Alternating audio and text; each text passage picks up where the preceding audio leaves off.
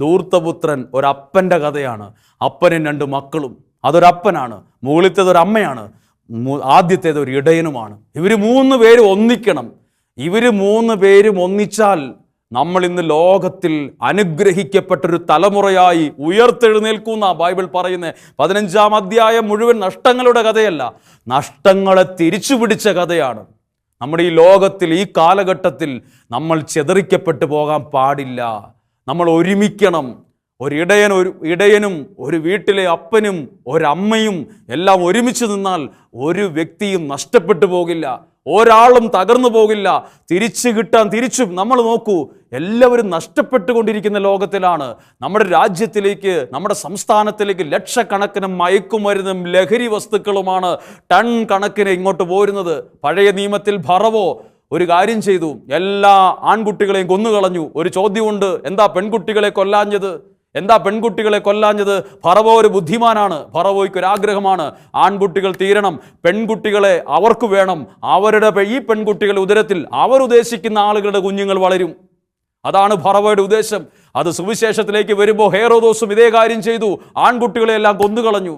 ആൺകുട്ടികളെ മാത്രം കൊന്നതെന്ത്? അതേ പ്രായത്തിലുള്ള പെൺകുട്ടികളെ കൊല്ലാൻ പാടില്ലായിരുന്നോ? പെൺകുട്ടികളെ അവർക്ക് വേണം. ഇന്ന് ലോകത്തിൽ ചിന്തിച്ചു നോക്ക്, ഈ എല്ലാ ആൺകുട്ടികളെ നശിപ്പിക്കാനാണ് പലതിൻ്റെയും വ്യഗ്രത. മയക്കുമരുന്ന് കൊടുത്തും ലഹരി കൊടുത്തും എല്ലാ കൊള്ളരുതായ്മകളിലേക്കും ഈ തലമുറയെ കൊണ്ടുവന്ന് ഒരു സമുദായത്തെ, ഒരു സമൂഹത്തെ തകർത്ത് കളയാൻ ശ്രമിക്കുന്ന ദുഷ്ടശക്തികൾ പുറത്തുണ്ട്. എല്ലാവർക്കും ഇഷ്ടപ്പെട്ടു എന്ന് വരില്ല ഈ പറയുന്നതും പ്രസംഗിക്കുന്നതും, പക്ഷെ യാഥാർത്ഥ്യങ്ങളാണ്.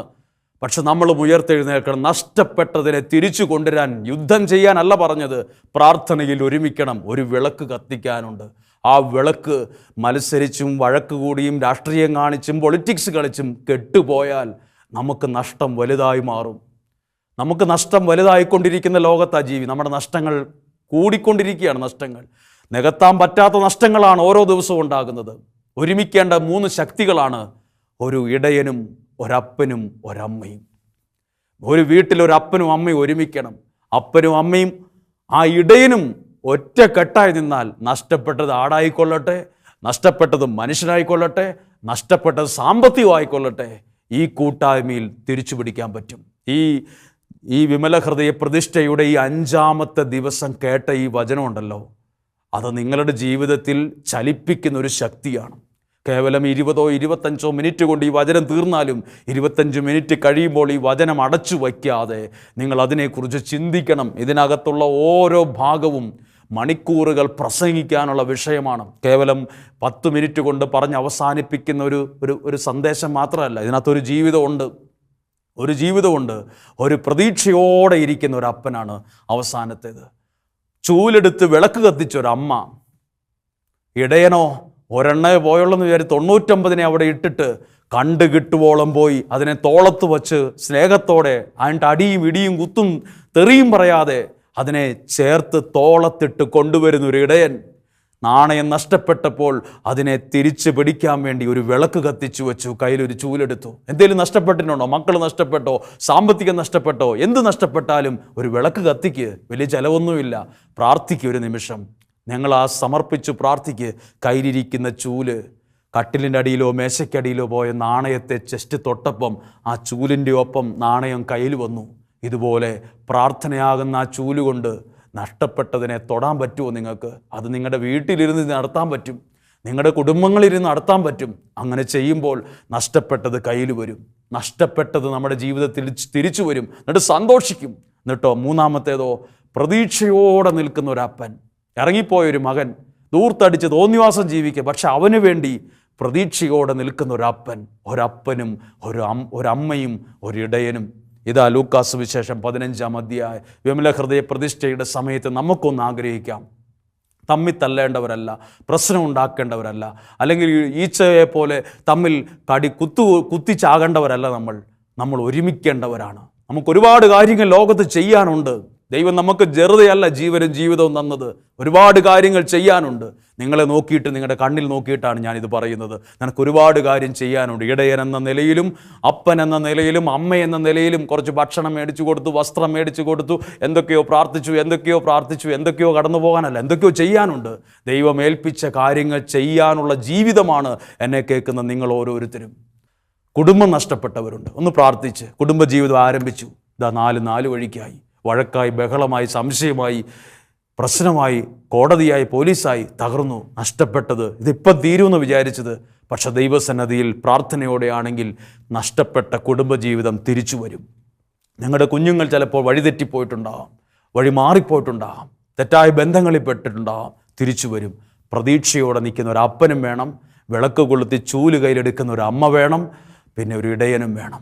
ഒരു 3 പേരും ഒന്നിച്ചാൽ നമ്മളെ തോൽപ്പിക്കാൻ ആർക്ക് കഴിയുമെന്നാണ് നിങ്ങൾ പറയുന്നത്? ആത്മീയമായി നമുക്ക് ഒരുമിക്കാം, നമുക്കൊരുമിച്ച് പ്രാർത്ഥിക്കാം. പ്രിയപ്പെട്ടവരെ, ഇനിയും നിങ്ങൾ നിയോഗം വെച്ച് പ്രാർത്ഥിക്കാത്ത ആരെങ്കിലും എന്നെ കേൾക്കുന്നുണ്ടെങ്കിൽ ഈ ശുശ്രൂഷയിലൂടെ അനുഗ്രഹം നിങ്ങൾക്ക് വേണ്ടി നിങ്ങളറിയാത്ത ആരൊക്കെയോ പ്രാർത്ഥിക്കുന്നുണ്ട് കേട്ടോ. നിങ്ങൾ മാത്രമല്ല, നിങ്ങൾ ഒരിക്കലും കണ്ടിട്ടില്ലാത്ത, അറിയാത്ത ആരൊക്കെയോ ഇതാ നിങ്ങൾക്ക് വേണ്ടി പ്രാർത്ഥിക്കുന്നുണ്ട്, ഈ ആരാധനയിൽ പങ്കെടുക്കുന്നുണ്ട്. നമുക്കൊരു നിമിഷം പ്രാർത്ഥിക്കാം. ദൈവമേ, ഈ പ്രിയപ്പെട്ടവരെ അനുഗ്രഹിക്കുന്നതിന്, നഷ്ടപ്പെട്ടതിനെ തിരിച്ചു കൊണ്ടുവരാൻ പറ്റുമെന്ന ബോധ്യം വചനത്തിലൂടെ നൽകിയതിന് ഞങ്ങൾ നന്ദി പറയുന്നു. പരിശുദ്ധ അമ്മയുടെ ജീവിതം വെച്ച് ചിന്തിക്കുമ്പം ആദ്യം ഓർമ്മ വരുന്നത് തിരുക്കുടുംബമാണ്. ഞങ്ങളുടെ കുടുംബത്തിൽ നഷ്ടപ്പെട്ടു പോയ ഒരുപാട് കാര്യമുണ്ട്. ഞങ്ങളുടെ നഷ്ടങ്ങളിൽ അമ്മയുടെ അനുഗ്രഹവും മാധ്യസ്ഥവും വേണമെന്ന് ഞങ്ങൾ അപേക്ഷിക്കുന്നു. തുടർന്നുള്ള ആരാധനയിൽ പ്രാർത്ഥനയോടെ, പ്രതീക്ഷയോടെ ഞങ്ങൾ പ്രവേശിക്കുകയാണ്. ഞങ്ങളെ അനുഗ്രഹിക്കണമേ. ഇന്നൊരു അനുഗ്രഹത്തിൻ്റെയും വിടുതലിൻ്റെയും സൗഖ്യത്തിൻ്റെയും നഷ്ടങ്ങൾ മാറിയതിൻ്റെയും ഒരു ദിവസവും മണിക്കൂറുമാക്കി മാറ്റണമേ എന്ന് എളിമയോടെ പ്രാർത്ഥിക്കുന്നു. യേശു പറഞ്ഞു, ഞാൻ ലോകത്തിൻ്റെ വെളിച്ചമാണ്. ഈ വെളിച്ചം ഈ 5-ാം ദിവസം നിങ്ങളുടെ ജീവിതത്തിൽ വരുന്ന സമയമാണ്. ഇരുട്ട് മാറിപ്പോകുന്ന സമയം. എന്താണ് ഇരുട്ട്, എന്താണ് വെളിച്ചം? ഇത് ശരിക്കും അറിയണമെങ്കിൽ രാത്രിയിലൊക്കെ 10 മണിക്കോ 11 മണിക്കോ 12 മണിക്കോ നല്ല സ്പീഡിൽ കാർ ഓടിച്ച് പോകുമ്പം, അല്ലെ വാഹനം ഓടിച്ച് പോകുമ്പം അതിൻ്റെ 2 ഹെഡ്ലൈറ്റും അങ്ങ് ഓഫായി പോകണം, കേടുവന്നു പോകണം. പെട്ടെന്ന് സ്പീഡൊക്കെ അങ്ങ് കുറയും. പിന്നെ വണ്ടി പെട്ടെന്ന് സൈഡാക്കും. പിന്നെ വാഹനം ഓടിച്ച് പോകാൻ പറ്റില്ല. അന്നേരമാണ് നമ്മൾ അറിയുന്നത് ഈ വെളിച്ചത്തിൻ്റെ വില. നമ്മുടെ കൺമുമ്പിലുള്ളത് കാണാൻ പോലും പറ്റാത്ത അവസ്ഥയാണ് വെളിച്ചമില്ലാത്ത അവസ്ഥ. അങ്ങനെയെങ്കിൽ ഈ ആരാധനയിൽ പങ്കെടുക്കുന്ന ഒരുപാട് പേർക്ക് ദൈവത്തിൽ നിന്ന് വരുന്ന ഈ വെളിച്ചം വേണം. അതിനുവേണ്ടി പ്രാർത്ഥിക്കുകയാണ്. ഈ വെളിച്ചത്തെ ഒത്തിരി പങ്കുണ്ട്. കൺമുമ്പിലുള്ളതുപോലും ചിലപ്പോൾ കാണാനും ആസ്വദിക്കാനും പറ്റാത്തവരുണ്ട്. അങ്ങനെയെങ്കിൽ നിങ്ങളുടെ ജീവിതത്തിൻ്റെ ഇരുട്ട് മാറണം, ബുദ്ധിയിലെ ഇരുട്ട് മാറണം, ചിന്തകളിൽ ഇരുട്ടുണ്ട്, ഇതെല്ലാം മാറണം. വീടൊന്ന് വെളിച്ചത്തിലേക്ക് വരണം. ഞങ്ങളുടെ ചിന്തകളും തീരുമാനങ്ങളും നിലപാടുകളും ഞങ്ങളുടെ കുഞ്ഞുങ്ങളുടെ ജീവിതമൊക്കെ ഈ ദൈവമാകുന്ന വെളിച്ചത്തിൽ നിറയണമെന്ന് എത്ര പേര് മനസ്സുകൊണ്ട് ആഗ്രഹിക്കുന്നു. അങ്ങനെയെങ്കിൽ ഈ വെളിച്ചത്തിൻ്റെ കാര്യം പറയുമ്പോൾ ഒരു കാര്യം ഓർക്ക്. നിങ്ങളുടെ വീട്ടിൽ നല്ലൊരു ഭക്ഷണമൊക്കെ ഒരുക്കി വെച്ചു, എല്ലാ ഭക്ഷണവും ഒരുക്കി വെച്ചു. സന്ധ്യയായി, പ്രാർത്ഥനയെല്ലാം കഴിഞ്ഞ് ആ ഭക്ഷണം കഴിക്കാനായിട്ട് ആ മേശയിലേക്ക് ഇരുന്നപ്പോൾ ഉണ്ട് കരണ്ട് അങ്ങ് പോയി. ഭക്ഷണ മേശയിൽ എല്ലാ വിഭവങ്ങളും നിരത്തി വച്ചിരിക്കുകയാണ്, എല്ലാം കൺമുമ്പിലുണ്ട്, കയ്യെത്തുന്ന ദൂരത്തുണ്ട്. കരണ്ട് പോകുമ്പം പിന്നെ നമുക്കത് എവിടെയായി എന്തായിരിക്കുന്നു ഒന്നും അറിയില്ല. നമ്മൾ ആ ഇരുട്ടത്ത് എന്തെങ്കിലുമൊക്കെ ചെയ്താൽ ചിലതൊക്കെ നമ്മുടെ കൈ തട്ടി മറിഞ്ഞു പോവും. കൺമുമ്പിലുണ്ടെങ്കിലും ചോറ് എവിടെയായിരിക്കുന്നത്, കറി എവിടെയായിരിക്കും, ഒന്നും നമുക്ക് തപ്പിത്തടയാൻ തുടങ്ങും. വെളിച്ചത്തിന് അത്രയും പങ്കുണ്ട്. ദൈവം നമുക്കായി ഒരുക്കിയിരിക്കുന്നൊരു മേശയുണ്ട്. അതിൽ ദൈവം വച്ചിരിക്കുന്നത് കാണാൻ ആദ്യം വേണ്ടത് വെളിച്ചമാണ്. നിങ്ങളുടെ ഭവനത്തിൽ ഒരു വെളിച്ചത്തിൻ്റെ കുറവുണ്ട്. നിങ്ങളുടെ വ്യക്തി ജീവിതങ്ങളിൽ ആ വെളിച്ചത്തിൻ്റെ കുറവുണ്ട്. ഈ 5-ാമത്തെ ദിവസം ആ വെളിച്ചത്തിന് വേണ്ടി ഒന്ന് പ്രാർത്ഥിച്ചേ. നിങ്ങളുടെ ബുദ്ധിയിൽ ആ വെളിച്ചം നിറയട്ടെ. അങ്ങനെയെങ്കിൽ ആ ഒരു വെളിച്ചത്തിനായി ആഗ്രഹിച്ച് കരങ്ങളെ ഞങ്ങൾ ഉയർത്തുകയാണ്, നിങ്ങൾക്ക് വേണ്ടി ഉയർത്തുകയാണ്. മോശ ഇസ്രായേൽ ജനത്തിനു വേണ്ടി മലമുകളിൽ കരങ്ങൾ ഉയർത്തി നിന്നതുപോലെ ഇതാ ശാലോം ടിവിയോട് ചേർന്ന് പ്രവർത്തിക്കുന്ന അനേകം ശുശ്രൂഷകർ, അതിൻ്റെ നേതൃത്വത്തിലുള്ളവർ ഇതാ നിങ്ങൾക്ക് വേണ്ടി ഈ ആരാധനയുടെ മുമ്പിൽ കരങ്ങൾ ഉയർത്തുന്നു. നിങ്ങൾക്ക് വേണ്ടി പ്രാർത്ഥിക്കുന്നു. പ്രാർത്ഥിക്കുന്നു, നിങ്ങളുടെ ജീവിതം വെളിച്ചത്തിലേക്ക് വരാൻ, നിങ്ങളുടെ ജീവിതത്തെ ആകെപ്പാടെ മൂടിയിരിക്കുന്ന ആ കട്ടിയായ ഇരുട്ട് മാറിപ്പോകട്ടെ, ആ ഇരുട്ട് മാറാൻ ഇടവരട്ടെ. നിങ്ങളുടെ കണ്ണുകൾക്കും നിങ്ങളുടെ ശരീരത്തിനും നിങ്ങളുടെ ബുദ്ധിക്കും ചിന്തകൾക്കും ഒരു വെളിച്ചം ഉണ്ടാകട്ടെ. ഒന്ന് സ്തുതിച്ച് ഞങ്ങൾ പ്രാർത്ഥിക്കുന്നു. ഹല്ലേലൂയ. കർത്താവേ, ശാലോം ടിവിയിലൂടെ ഈ ആരാധനയിൽ പങ്കെടുക്കുന്ന ഓരോ വ്യക്തികളെ, ഓരോ കുടുംബങ്ങളെ ദൈവത്തിന്റെ ആ വെളിച്ചം കൊണ്ട് നിറയട്ടെ. ആ ഇരുട്ടും അസ്വസ്ഥതയെല്ലാം മാറട്ടെ. മന്ത്രവാദത്തിന്റെ, കൂടോത്രത്തിന്റെ, ക്ഷുദ്രപ്രയോഗത്തിന്റെ അതിന്റെയൊക്കെ ഫലമായി കയറി വന്ന ഇരുട്ടുകളുണ്ട്. സാത്താൻ കയറ്റി വച്ചിരിക്കുന്ന ഇരുട്ടുണ്ട്. ഒന്നും കാണാൻ മേലാത്ത അവസ്ഥ, ഒന്നും എടുക്കാൻ പറ്റാത്ത അവസ്ഥ, ഒന്നും ചെയ്യാൻ പറ്റാതെ ആകെ പൂട്ടിയിരിക്കുന്ന ഒരു അവസ്ഥ, അതെല്ലാം മാറട്ടെ. ദൈവത്തിന്റെ ആ വെളിച്ചം നിങ്ങളിൽ വരുന്നു, ആ വെളിച്ചം നിങ്ങളിൽ നിറയുന്നു. ദൈവം നിങ്ങളെ അനുഗ്രഹിക്കുന്നു. ആ അസ്വസ്ഥതകൾ, ആ തടസ്സങ്ങൾ എല്ലാം ഈ വെളിച്ചത്തിന്റെ ശക്തിയിൽ മാറിപ്പോകും. യേശു പറഞ്ഞു, ഞാൻ ലോകത്തിന്റെ വെളിച്ചമാണ്. ആ വെളിച്ചം നിങ്ങളിൽ നിറയുന്നു, ആ വെളിച്ചം നിങ്ങളുടെ ജീവിതത്തിൽ നിറയുന്നു. അതൊരുപാട് നന്മകളെ എടുക്കാൻ കാരണമാകുന്ന വെളിച്ചമാണ്. ദൈവമേ, ഇരുട്ട് മാറ്റുന്ന ഈ വെളിച്ചത്തെ ഓർത്ത്, ഇരുട്ട് മാറ്റുന്ന ഈ വെളിച്ചത്തെ ഓർത്ത് ഞങ്ങൾ നന്ദി പറയുന്നു. വെളിച്ചത്തെ ഓർത്ത് നന്ദി പറയുന്നു, നന്ദി പറയുന്നു, നന്ദി പറയുന്നു. Hallelujah, hallelujah. പ്രിയ, അത് വിശുദ്ധ ലൂക്കായുടെ സുവിശേഷം 15-ാം അധ്യായത്തിലെ ഭാഗമാണ്. അതിൽ നമ്മൾ കാണുന്നത് ഒന്ന് കാണാതായ ആടിൻ്റെ ഉപമയും കാണാതായൊരു നാണയത്തിൻ്റെ ഉപമയും. ഒരു അപ്പന് 2 മക്കളുണ്ടായിരുന്നു, അതിൽ ഒരാൾ ധൂർത്തപുത്രനായി നഷ്ടപ്പെട്ടു പോകുന്നതും തിരിച്ചു പിടിക്കുന്ന ഒരു ഭാഗവുമാണ്. ഇന്ന് കേൾക്കുന്ന നിയോഗത്തിനൊരു പ്രത്യേകതയുണ്ട്. നഷ്ടപ്പെട്ടത് തിരിച്ചു തരുന്ന, വിശ്വാസത്തിൽ അത് തിരിച്ചു പിടിക്കുന്ന ആരാധനയാണ് ഇത്. നഷ്ടപ്പെട്ടത് തിരിച്ചു തരും, തിരിച്ചു വരുമെന്നാണ് ഈ 15-ാം അധ്യായം മുഴുവൻ പറയുന്നത്. നഷ്ടപ്പെട്ടത് എന്താ? നിങ്ങൾക്ക് നഷ്ടപ്പെട്ടത് അത് ദൈവം തിരിച്ചു വരും. പക്ഷേ കുറച്ചു പേര് ഒരുമിക്കണം. ഒറ്റയ്ക്കൊറ്റയ്ക്ക് നിന്ന കാര്യമില്ല, ഒരുമിക്കണം, കൂട്ടായ്മ വേണം. വിശുദ്ധ ഗ്രന്ഥത്തിൽ എഴുതിയിരിക്കുന്നു, 100 ആടുകളുണ്ടായിരിക്കെ ഒരെണ്ണം നഷ്ടപ്പെട്ടു പോയി. എന്താ നിങ്ങൾക്ക് നഷ്ടപ്പെട്ടത്? കുടുംബജീവിതമാണോ നഷ്ടപ്പെട്ടത്? ഭാവിയാണോ നഷ്ടപ്പെട്ടത്? സ്വപ്നങ്ങളാണോ നഷ്ടപ്പെട്ടത്? എന്താ നിങ്ങൾക്ക് നഷ്ടപ്പെട്ടത്? പണമാണോ? ജീവിതമാണോ? ഭാവിയാണോ? ആരോഗ്യമാണോ? നഷ്ടപ്പെട്ടത് ദൈവം തിരിച്ചു തരും. 100 ആടുകളുണ്ടായി, അതിലൊരെണ്ണം നഷ്ടപ്പെട്ടപ്പം ഇടയൻ പറഞ്ഞത്, പോയത് പോട്ടെ, പുകഞ്ഞ കൊള്ളി പുറത്തെന്നല്ല. നമ്മൾ പറയാറുള്ള വാക്കുണ്ട്, പുകഞ്ഞ കൊള്ളി പുറത്ത്, പോയത് പോട്ടെ, അനുഭവിച്ച് തിരിച്ച് നന്നായിട്ട് വരുമ്പം വരട്ടെ എന്ന് പറയും. അങ്ങനെയല്ല, പോയതിനെ അന്വേഷിച്ചിറങ്ങുന്ന, കണ്ടെത്താൻ അന്വേഷിച്ചിറങ്ങുന്ന ഒരിടയൻ. ഒരുപക്ഷെ ഒരപ്പൻ, അമ്മ എന്ന നിലയിൽ ഇതുപോലൊരു ഇടയനാകേണ്ടവരാണ് നിങ്ങൾ. നഷ്ടപ്പെട്ട പലതുകൊണ്ട് ജീവിതത്തിൽ അത് തിരിച്ചു പിടിക്കാൻ നിങ്ങൾ പ്രാർത്ഥനയിൽ ഒരിടയനാകണം.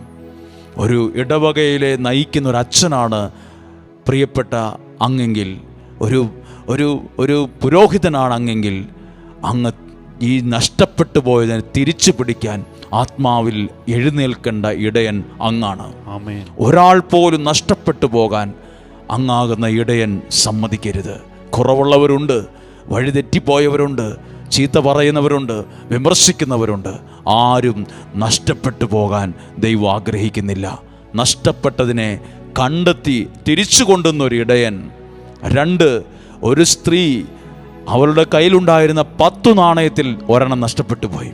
ഉടനെ അവിടെ വിളക്ക് കൊളുത്തി ചൂലെടുത്ത് അടിച്ചു വാരി അതിനെ കണ്ടെത്തി. 2 അർത്ഥമുണ്ട്. അതൊരമ്മയാണെന്ന് ഞാൻ വിശ്വസിക്കുന്നു. അല്പം സ്വാതന്ത്ര്യത്തോടെ ആ വാക്യം വായിക്കുമ്പോൾ മിക്കവാറും ഒരു വീട്ടിലെ അമ്മയാണത്. നാണയം നഷ്ടപ്പെട്ടു പോയി, അത് വീട്ടിൽ നിന്ന് നഷ്ടപ്പെട്ടു പോയതാണ്, എവിടെയോ നഷ്ടപ്പെട്ടതല്ല. കടയിൽ പോയപ്പോൾ നഷ്ടപ്പെട്ടു, എവിടെയോ പോയപ്പോൾ കയ്യിൽ നിന്ന് പോയതല്ല, സ്വന്തം വീട്ടിൽ നിന്ന് നഷ്ടപ്പെട്ടതാ. എന്താ നിങ്ങൾക്ക് വീടിൻ്റെ അന്തരീക്ഷത്തിൽ നഷ്ടപ്പെട്ടത്? സമാധാനമാണോ? സ്വസ്ഥതയാണോ? ജീവിതമാണോ? എന്താ നഷ്ടപ്പെട്ടത്? ഒരു വിളക്ക് കൊളുത്തണം, ഒരു വിളക്ക് കത്തിക്കണം, എന്നിട്ടോ ചൂല് കയ്യിലെടുക്കണം, എന്നിട്ട് ആ മേശയ്ക്കടിയിലോ കട്ടിലിൻ്റെ അടിയിലോ ആണ് ആ നാണയമുള്ളത്. എന്നിട്ട് ആ ചൂലിൻ്റെ ഒരറ്റം പിടിച്ച് അതുകൊണ്ട് നീക്കി ഇങ്ങനെ അടിക്കുമ്പോൾ ചിലപ്പോൾ ആ ചൂലിൻ്റെ അറ്റം ഈ നഷ്ടപ്പെട്ട നാണയത്തെ തൊടും. അപ്പോൾ ആ തൊട്ടതിലൂടെ ആ നാണയം പതുക്കെ നമ്മളിലേക്ക് അടുത്തു വരും. ആ ചൂല്, ഞാൻ വിശ്വസിക്കുന്നു, ആ ചൂല് നമ്മൾ പ്രാർത്ഥിക്കുന്ന പ്രാർത്ഥനയാണ്. അതുകൊണ്ട് നഷ്ടപ്പെട്ടതിനെ തൊടണം. വിളക്ക് ഈ ആരാധനയാണ്. ഈ ആരാധനയിൽ പ്രാർത്ഥനയോടെ നിങ്ങൾ തൊടുന്നതൊക്കെ നിങ്ങളുടെ കയ്യിൽ വരും. ഏത് നഷ്ടപ്പെട്ടതാകട്ടെ, നഷ്ടപ്പെട്ട ജീവിതമാകാം, ഭാവിയാവാം, സ്വപ്നങ്ങളാകാം, പ്രതീക്ഷയാകാം, നഷ്ടപ്പെട്ടതിനെ തിരിച്ചു പിടിക്കാൻ പ്രാർത്ഥനയാകുന്നൊരു ചൂലെടുക്ക്. എന്നിട്ട് അതിനെ ഇങ്ങനെ ചൂലുകൊണ്ട്, നമ്മൾ കണ്ടിട്ടില്ല ചിലർ കട്ടിലിൻ്റെ അടിയിലുള്ള അഴുക്കിനെയൊക്കെ ഇങ്ങനെ അടിച്ച് പുറത്തേക്ക് കൊണ്ടുവരുന്നത്, ഇതുപോലെ നമ്മളും ഈ പ്രാർത്ഥനയാകുന്ന ചൂലുകൊണ്ട് നഷ്ടപ്പെട്ടതിനെ തൊടുമ്പം അത് നമ്മളിലേക്ക് തിരിച്ചു വരും. ദൈവം തിരിച്ചു തരും. നഷ്ടപ്പെട്ടത് തിരിച്ചു വരും. അടുത്തത് ഒരു അപ്പനാണ്. 2 മക്കളുള്ള ഒരു അപ്പൻ. ഒരു മകൻ വീട്ടിൽ നിന്ന് ഇറങ്ങിപ്പോകുന്നു സമ്പത്തുമായി. അതെവിടെയൊക്കെയോ എങ്ങനെയൊക്കെയോ ജീവിച്ച് തകർത്ത് തരിപ്പണമായി തിരിച്ചു വരുന്നു. പ്രതീക്ഷയോടെ ഇരിക്കുന്ന ഒരു അപ്പൻ. ഇവർ 3 പേരും ഒന്നിക്കേണ്ട കാലഘട്ടമാണിത്. ഒന്നാമത്തേത് ഇടയൻ, രണ്ടാമത്തേത് ഒരപ്പൻ, മൂന്നാമത്തേത് ഒരമ്മ. ഇവർ 3 പേരും ഒരുമിച്ചാൽ തിരിച്ചു പിടിക്കാൻ പറ്റാത്ത വിധത്തിൽ ഒന്നുമില്ല. ഇവർ 3 പേരും ഒരുമിച്ചാൽ ഏതു നഷ്ടവും അത് മാറിയിരിക്കും. നഷ്ടപ്പെട്ടത് തിരിച്ചു വന്നിരിക്കും. ഒരു കുടുംബത്തിൽ ഐക്യപ്പെടേണ്ട 2 പേർ, ഒരമ്മയും അപ്പനും. സ്നേഹം പുറത്തു നിന്നല്ല നമ്മുടെ മക്കൾ പഠിക്കേണ്ടത്. സീരിയലിലും സിനിമയിലും കാണുന്ന സ്നേഹമാണ് പലരും സ്നേഹമാണെന്ന് വിചാരിച്ചത്. അത് കണ്ടിട്ടാ പലരും പഠിച്ചത്. സ്വന്തം അപ്പനും അമ്മയും സ്നേഹിക്കുന്ന സ്നേഹം എന്തോ മക്കൾക്ക് പണ്ട് പഠിക്കാൻ പറ്റുന്നില്ല. അവർ തമ്മിൽ എപ്പോഴും വഴക്കും പ്രശ്നങ്ങളുമാണ്. ആദ്യം ഐക്യപ്പെടേണ്ടത് സുഹൃത്തെ നിങ്ങൾ ഓരോരുത്തരുമാണ്. കുടുംബത്തിലെ കുടുംബനാഥനും നാഥയും ഐക്യപ്പെടണം. അവിടെ ഒരു ഐക്യത്തിൻ്റെ പ്രാർത്ഥനയുടെ കരമുയരണം. ഈ വിമല ഹൃദയ പ്രതിഷ്ഠ നിങ്ങളുടെ കുടുംബത്തിലും നിങ്ങളുടെ ഇടവകയിലും നിങ്ങളുടെ സമൂഹത്തിലും ഒരു ഐക്യം കൊണ്ടുവരട്ടെ.